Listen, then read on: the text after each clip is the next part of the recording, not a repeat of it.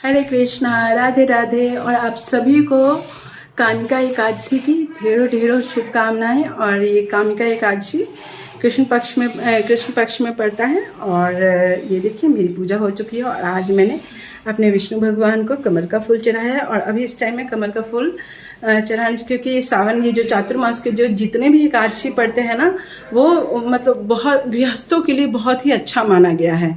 और ये देखिए मेरी यहाँ पे पूजा हो चुकी है। यहाँ मैं खास करके कुछ खास फेस्टिवल में मैं संबरनी कप अवश्य प्रज्वलित करती हूँ।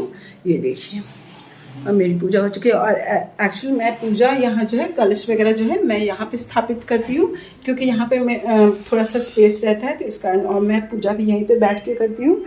और कामिका कहा जाता है कि जो मतलब कामिका एकादशी का फल इतना होता है कि मतलब वो मतलब एक साधारण मनुष्य वर्णन नहीं कर सकता है। और इसलिए एकादशी का व्रत अवश्य करना चाहिए। और एकादशी वाले दिन जो है माँ तुलसी को भले जल नहीं चढ़ाना चाहिए, क्योंकि जो तुलसी माँ होती है ना, उस दिन वो अखंड निर्जला व्रत करती हैं, तो जल देने से उनका जो व्रत है वो खंडित हो जाता है। इसलिए उनका धूप दीप इन सब से पूजा कर सकते हैं, लेकिन स्पेशली जल नहीं देना चाहिए।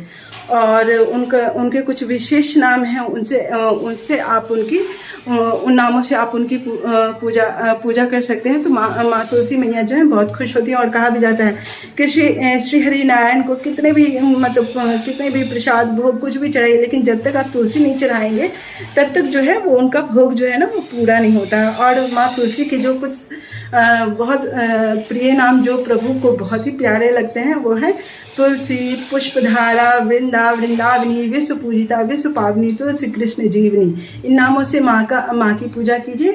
तुलसी माँ भी बहुत प्रसन्न होती हैं और श्रीहरि तो प्रसन्न होते ही होते हैं।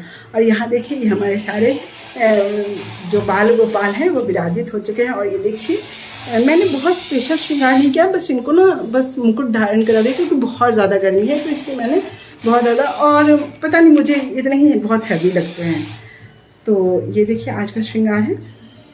और हर किसी को कामदा एकादशी नहीं, हर जो भी एकादशी आती है उसका व्रत अवश्य करना चाहिए। और कहा जाता है कुछ विशेष दिन जो है तुलसी को बिल्कुल नहीं तोड़ना चाहिए, जैसे एकादशी वाले दिन मतलब माँ तुलसी को बिल्कुल नहीं तोड़ना चाहिए। द्वादशी वाले दिन भी नहीं, यानी कल भी नहीं टूटेंगी, तो कल भी तुलसी का पत्ता नहीं ले सकते हैं। तो इसलिए आप एकादशी से एक दिन पहले ही आप कोशिश करें कि आप ज़्यादा तुलसी के पत्ते आप ले लें, क्योंकि मेरे पास बहुत सारी तुलसी है, तो मुझे मतलब जैसे दिक्कत नहीं होता।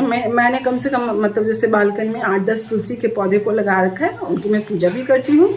और कुछ की पूजा करती हूँ, सभी की नहीं करती हूँ। और कुछ से उनके पत्ते, और कितनी बार ना समय समय पे उनके पत्ते जो है ना येलो होके गिर भी जाते हैं, तो आप वो पत्तों को भी यूज़ कर सकते हो। क्योंकि तुलसी जो है 5 डेज तक बासी नहीं मानी जाती, तो 5 डेज आप आराम से धोकर आप प्रभु पे चढ़ा सकते हैं, प्रभु पे अर्पण कर सकते हैं। ठीक उसी तरह से जिस तरह से भोलेनाथ पे बेलपत्र जो है आप 11 दिन आप धो कर चढ़ा सकते हैं, क्योंकि बेलपत्र भी 11 दिन तक बासी नहीं माने जाते हैं। तो इस तरह से आप प्रभु की पूजा कर सकते हैं। And please like share and subscribe my channel. Hare Krishna, Radhe Radhe, जय श्री हरि, जय